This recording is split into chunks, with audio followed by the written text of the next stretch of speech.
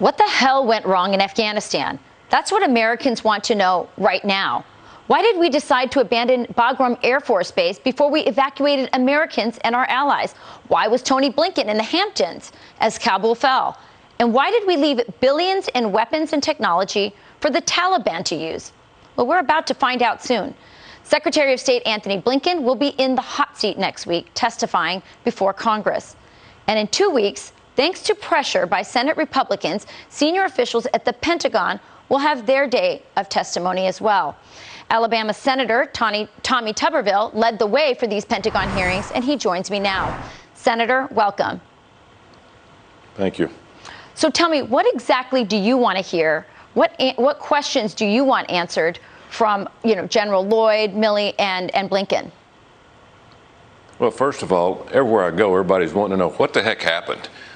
Who made these decisions? Was it a political decision made by the State Department? Was it a military decision made by our generals? Everybody's asking that question, and we can't get a direct answer. So I wrote a letter to Chairman Reed of Armed Services and asked that we have hearings, and that will be next week. So we'll get some answers, hopefully. But this has been a debacle from day one. We can't get straight answers. The American people who pay the bills deserve answers. Yeah, I'm still scratching my head at how we allowed these weapons to fall in the hands of the Taliban. I mean, we just had Lara Logan talking about how these resistance fighters were not helping them. And yet now they're fighting a Taliban that's even more powerful because we've basically empowered them. We've given them our weapons and our technology. I know, Senator, my husband was a congressman.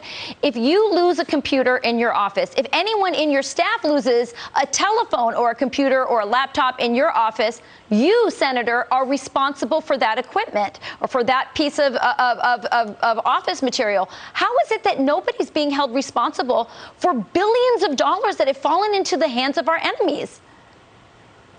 Well, they're afraid to answer up to who made these decisions. The problem that we've got to, the situation that we've got to get to is we got to make sure we ask the right questions.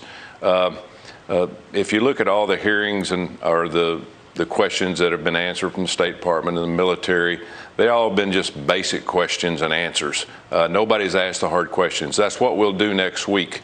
Understanding that if we don't do that, then we're going to be talking about this all the way to Thanksgiving or Christmas, and the American people don't deserve that. Yeah, well, they're presenting it as if it's a success, and now they want to just turn the page and talk about COVID and mandates and, abortion. I mean, it's really quite unbelievable. Really quick, your colleague Marsha Blackburn says that she says Mr. Austin, General Austin and General Milley should actually resign now because she says it's pretty self-evident that they failed. Well, they better have some good answers because we've had hearings for the last 7 months about Afghanistan, other things. All they want to talk about is white rage, getting our extremism out of the military. We need a fighting machine. We need people to go fight, and that's exactly what we got. This is not the military's fault. This is our leaders' fault. Whether it's the State Department or our generals, somebody's at fault, and we need to find out who's behind all the problems that we had the last couple of weeks. Well, Senator, I think our generals are really focused on white supremacy, domestic terrorism, instead of what's really happening across the world. Thank you, Senator. Appreciate it. Exactly. Thank you.